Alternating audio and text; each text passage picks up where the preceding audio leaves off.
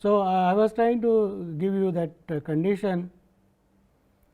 So, anyway this we have proved that differentiability implies it is continuous. So, that is okay, right, because the right hand side goes to 0. Okay. So, here is the theorem which I was referring, which is a sufficient condition for differentiability, which is a very nice one and a very useful one. It only says that if this is happening, then the function is differentiable. It does not say the converse is always true. So, the earlier condition was if and only if, right, is equivalent way of defining differentiability. But this condition says suppose f is defined in a domain D such that the following hold: both the partial derivatives exist in a neighborhood of the point. So, something more is coming, not only the partial derivatives exist at that point, we require they exist in a neighborhood of that point.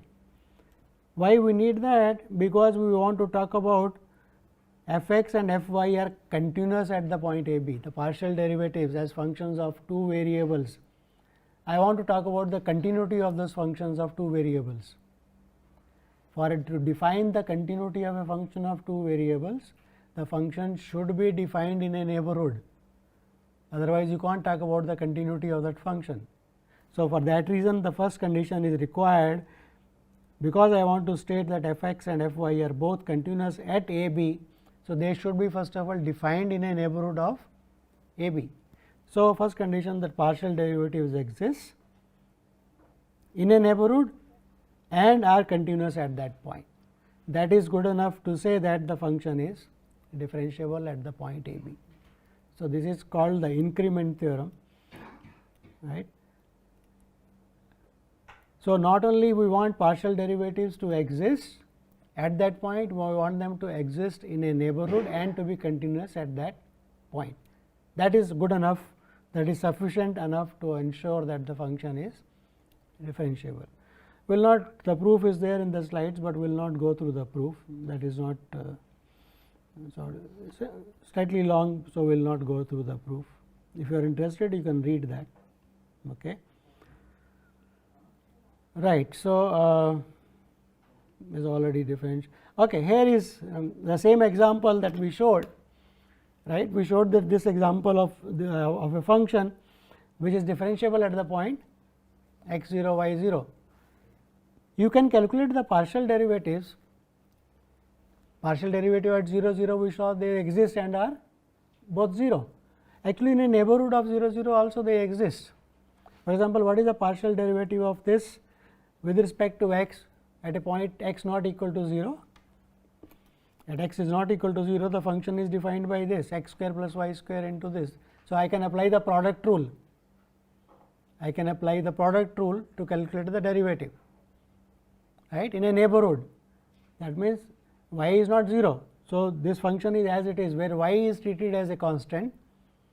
Okay. So, x square plus y square sine of 1 over x square plus y square at a point not equal to 0 0, that is the definition. So, if I put y equal to a constant, that will give me derivative with respect to x at a point other than 0 0.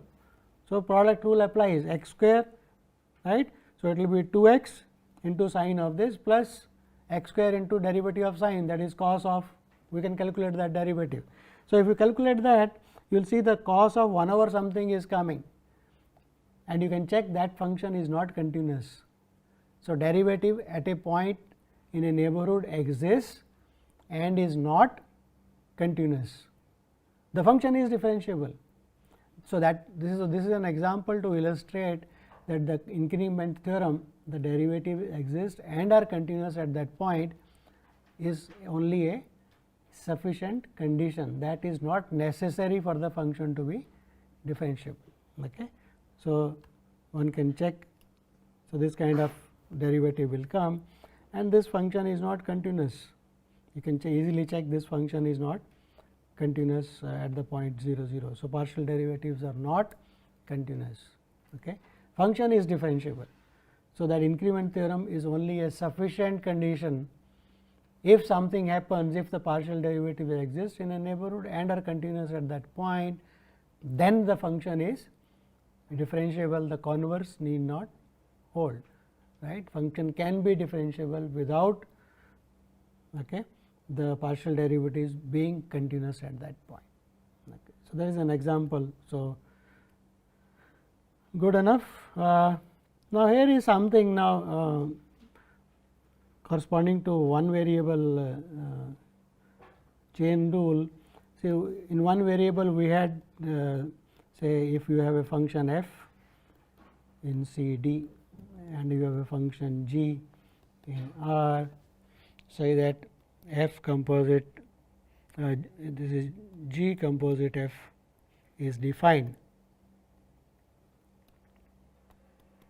So, that will be a function from a b to R. You first apply f and then apply g. So, that is a composite function, and we had the chain rule. So, what was the chain rule in one variable? You take a point here, say x naught, this will go to a point f of x naught, call that as y naught. G is a function defined there. So, that takes this point to g of y naught, and the composite function is defined at the point x naught. So, I want to say when is composite function derivative at the point x naught equal to, right. The composite function is defined on a b, x naught is a point, we want to know what is the derivative in one variable. So, what does the chain rule say? It says it is you need to have the derivative of f at the point x naught, f at the point into g dash of, what is the chain rule? G dash of f f x naught, that is y naught, right. So, that is a increment that comes. Now, in several variables you can have a function from R 2 to R, and then you can have a function from here to here. So, here is a function f, here is a function g. So, what will be composite function? G composite f will be a function from R 2 to R, or you can also have a function say f from R 2 to R 2 and then a function g here. So, g composite f will again be a function from R 2 to R, right. So, there are many possibilities that become apparent. So, you can have a function from here to R 2 itself. So, you can have R 2, or you can have from R to R. There are many possibilities. For example, you can have a function from R to R 2 and g from R 2 to R 2. So, various compositions are possible, right. And we want to know, so in the first one your f is a function of two variables composed with one variable. So, you can ask what is the meaning of differentiability of the composite function. So, in each one of them one can ask what is the notion of differentiability, right. So, for that there are chain rules. So, I will just state some of them, so that you get okay. So, here is, so let us look at a function w which is function of x t y t. That means what?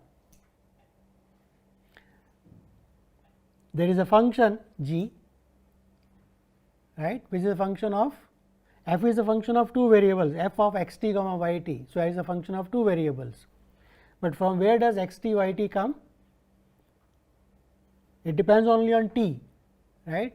So, there is a function of one variable, you can call it as g, r 2 r 2. So, t goes to x t comma y t. Are you following what I am saying? So, it can be, for example, you are observing the path of a particle in a plane at time point t. What is the position in the plane?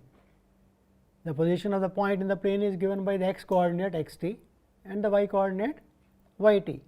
So, a curve in a plane is described by a function of one variable taking values in the plane, right, and that is combined with a function with f.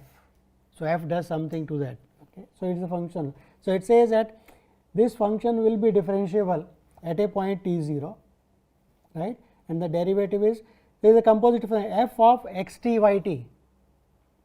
So, f is a function of two variables. So, there will be increment in the direction x, increment in the direction of y.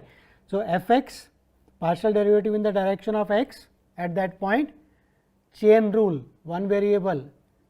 How does the one variable change? X dash of x t naught plus partial derivative of f in the y direction and the increment, the rate of change given by y variable.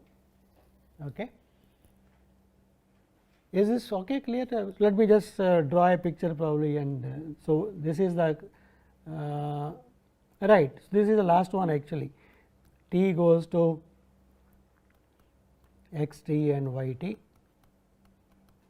and then something, okay, that goes to g of x t y t. So, t goes to the composite function. Okay.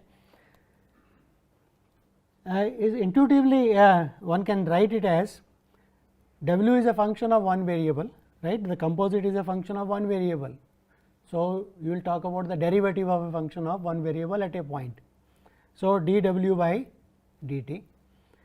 Now, w is a composite function f of x t y t. So, f in the direction, what is the rate of change? Partial derivative of f with respect to x by chain rule dx by dt. Okay. The second variable also to be taken care of. So, rate of change of f in the direction of y dy by dt. So, that is how you calculate the derivative of function of one variable, which is a composite of two functions. Okay. Now, there are more possibilities. For example, this g could itself be a function of two variable t and s. Then you will have x comma x of t comma s, y of t comma s. So, then instead of dx by dt, there is a partial derivative of that in the direction of, and so on. So, let me just show you those also. You just have to, it is not difficult, they are not that straightforward to prove. So, let me go to the proof of this. We will just assume these things. So, this is what pictorial it says. W is a function of two variables, right, x is a function of one variable x t, y is a function of the variable t, right. The combined thing is a function of one variable again. So, you have to go along this plus, so partial derivative of f with respect to x, the increment dx by dt. So, that is along this branch plus about the other branch, right. For example, if you have something more, there are many chain rules. I think you should just look them and understand them how to. Here is another one. W is a function of two variables x and y, but x and y themselves are functions of two variables. Earlier it was x t y t. Now, x is a function of two variable r and s. So, it gives you two different pictures. Partial. So, the composite function is a function of two variables. So, it will have now partial derivatives. Earlier the composite function was one variable. So, now a function of two variables. So, how do you get the partial derivative now? So, two variables. So, partial derivatives, you want to know whether they exist or not. If they exist, what will be? Along one branch, partial f is a function of two variables. So, partial derivative of this with respect to x, x is a function of two variables. So, which variable you are looking at? Here we are looking at with respect to r. So, partial derivative of x with respect to r. Similarly, for the y r. So, add up, that gives you partial derivative of the composite function with respect to r. You want partial derivative of the composite function with respect to s. So, partial derivative of w with respect to x, that is okay. Partial derivative of x with respect to s, it will come. So, that is the second one. So, depending on what is where, how many directions you are going, you will write the chain rules. So, get used to these chain rules. Just go through them once. Once you understand, you will know what you can have this kind of thing, 1 variable to 2 variable to 1 variable. Say 1 variable and then going to 2 variable. So, the composite is a function of 1 variable, but taking values in 2 variables, right. So, partial derivatives again will come. So, these are various kind of possibilities. Okay. Why they are useful? We will see one application of these kind of things. Other possibilities, let me not go through all of them. They are just see how many branches, how many variables, those many pictures will appear. Okay. Right. So, for example, let us just look at one example, that f is a function of 2 variables, f x y equal to x square plus y square. And let us see x, this x itself is a function of a variable t, x t is equal to e raised to power t, y also is a function of t, that is equal to t. So, what is the composite function? T goes to x t comma y t, f of x t comma y t. So, it is a function of one variable, composite is a function of t goes to a value in R, t goes to x t comma y t, that is in R 2, but f takes x t comma y t to real line, right. So, it is a function of one variable only. So, what will be the differentiability, derivative at a point, right. For one variable, the notion of derivative only. So, what is the derivative? So, composite function, if you call it as w, we want partial derivative of w with respect to t at some point, say, or at any point t. So, what will be the derivative? Partial derivative is of f with respect to x into x dash of t, right, plus partial derivative of y f with respect to y into y dash of t. So, let us write partial derivative of f with respect to x, it is 2 x. So, first term will be 2 x into e raised to power t plus 2 y, derivative is 1 plus 2 y. So, that is the, you can put the values in terms of t again, x and y, you can put the values in terms of t. Okay. So, that is partial, that is a derivative. For another example, let us just, so that is a computation, f x y is same, function is same, but now x is a function of 2 variables s and t, and y is a function of 2 variables, right. So, x s t is this, y s t is this. So, what is the composite function w now? It starts with s comma t, 2 variables, maps into x of s comma t comma y of s comma t. So, there is a function from R 2 to R 2, and then there is a function f of 2 variables taking into real variable. So, the composite function is a function on R 2, where the first thing R 2 to R 2 and second one R 2 to R. So, the composite function is a function of 2 variables taking real values, right. So, when is a function of 2 variable composite function, partial derivatives I can find out. So, what are the variables? S and t. Composite function with respect to s. How do I find out? Partial derivative of f with respect to x. So, that is 2 x into partial derivative of x with respect to s, because I was looking at. So, into 2 s plus partial derivative of f with respect to y, 2 y into partial derivative of y with respect to s. So, that is 2 t. Add these two terms, you get the partial derivative of the composite function, right, with respect to s, and similarly with respect to t. So, this is what you will get. It's clear. So, that is how you compute. See what functions are coming, right, and how many are there. So, that many additions and multiplications. Okay. So, I think chain rules are quite clear. Okay. More examples that you can read from the slides. Okay. This is a convex function. Okay. So, let us look at something more. right. So, let us take a function f of two variables, domain D in R2, taking values in R, and let us assume f is differentiable. We do not need to assume that. So, let us we will come to that later. So, let me draw a picture what we are doing, so that you understand.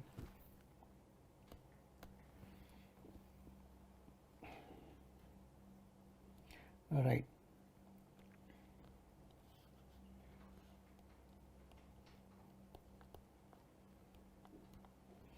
So, D is a domain. So, here is the domain, and for every point in the domain, the function gives some value. So, z is equal to f of x y. So, this is x y in the domain. So, you get various points. So, as I had said, you will get some kind of a surface kind of, not that far, because okay. So, this kind of a surface you will get. So, S, which is okay, not visible. Yeah, it is reasonably visible. S is x y f of x y. So, that is a surface, collection of all such points, right. Now, we looked at partial derivatives of this function existence, right. So, what we did for partial derivative, we fixed one of the variables, right, and see whether how much the rate of change is coming along the other variable. We want to generalize this slightly. Instead of rate of change along x axis or y axis, we want to go along any vector. Okay. So, let us fix a vector u belonging to R2.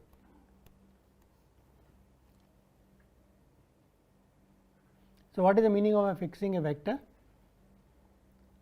And let us say the norm of this vector is equal to 1.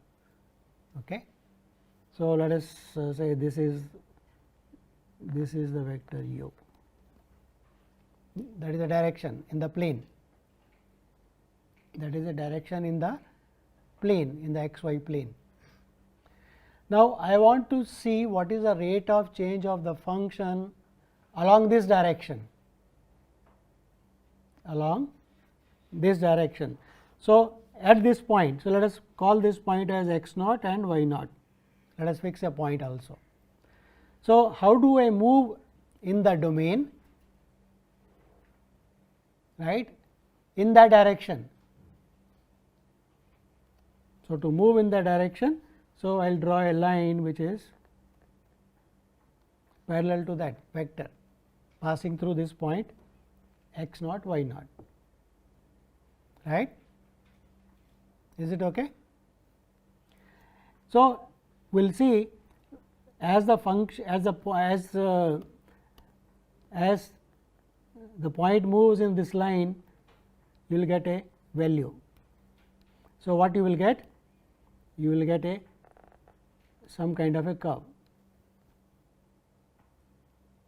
As you move on this line L, L is a line through the point x naught y naught parallel to that vector u, right, in the direction of that vector. Is that okay? So, as the point moves on this line, the value of the function will be a point on the surface S. So, as you move along this line, that will give you a curve on the surface, right.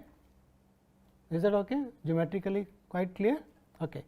So, what I want to know is, as you move along this curve, at this point, is there some rate of change of the function? How do I find out the rate of change of the function? So, what I have to do? The value at this point is f at x naught y naught.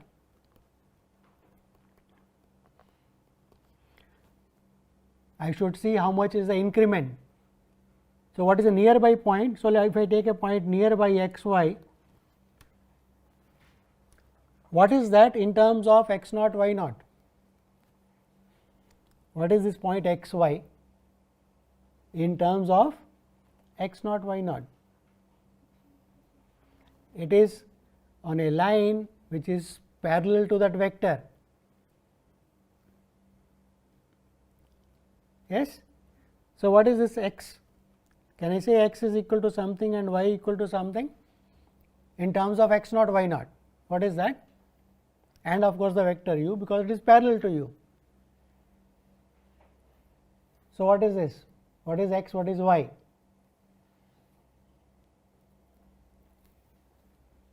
No? Okay. So, let us if you want to write what is the vector x y, that is precisely t times the vector u.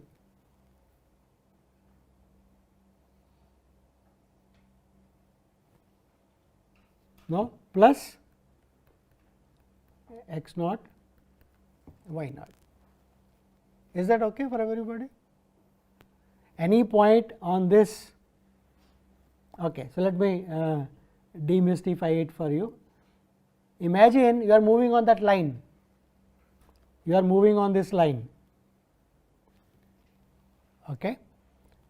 At the point 0, at time point 0, you are at this point, you are moving on the line, you are starting your journey at the point t equal to 0 and you are at that point. Then what will happen? You are moving in that direction, time t units, how much you would have moved? T times the vector u, right, depending on whether it is positive or negative, backward or okay.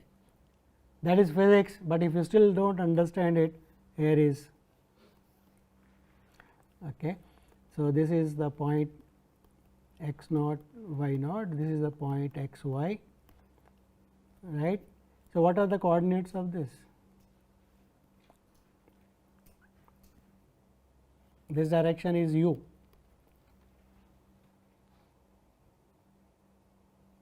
Vector addition now. If this is, so what will be a point that is t times u, okay. This is t times the vector u, this vector is x naught y naught. So, what is x y, right. So, vector addition if you like. So, this x y is equal to x naught y naught plus t times the vector u. So, let us call it u 1 u 2, the components if u is equal to u 1 u 2. Is it okay? Vector addition only, nothing more than that. So, I want rate of change. So, f at a nearby point x y. So, that is t u 1 what is the nearby point? So, f at x naught plus t u 1 y naught plus t u 2, that is a point nearby, minus the value f at x naught y naught divided by how much is the change, how much distance we have moved, that is t, because we have taken the vector to be the unit vector, right. T times u 1 square plus u 2 square square root, that is the distance. So, that we have taken it as 1. What is it? It is going other way around. Okay. Is that okay? We have taken the norm to be equal to 1. So, along this point x y is t of u plus the vector x naught y naught. So, what is the value at this point, nearby point, value at this point? So, there is this, that is f at the nearby point, f of x y, this is f of x naught y naught. So, the increment divided by the distance, rate of change I want to find out. Okay. So, that is what precisely I am writing here. F at a nearby point minus the value at that point divided by how much the increment. I should take the limit of this as t goes to 0. If this exists, it may not exist, right. We are trying to find out what is the rate of change. If it exists, it is called the directional derivative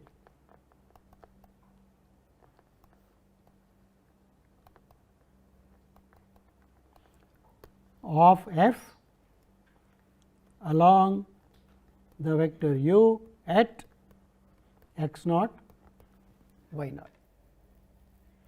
So, it is of the function f along that direction u at that point denoted by, so let us give a denoted by directional derivative capital D of the function f in the direction u at the point x naught y naught. So, that is the notation we will use. So, can you say what is the partial derivative with respect to x? What is u for there?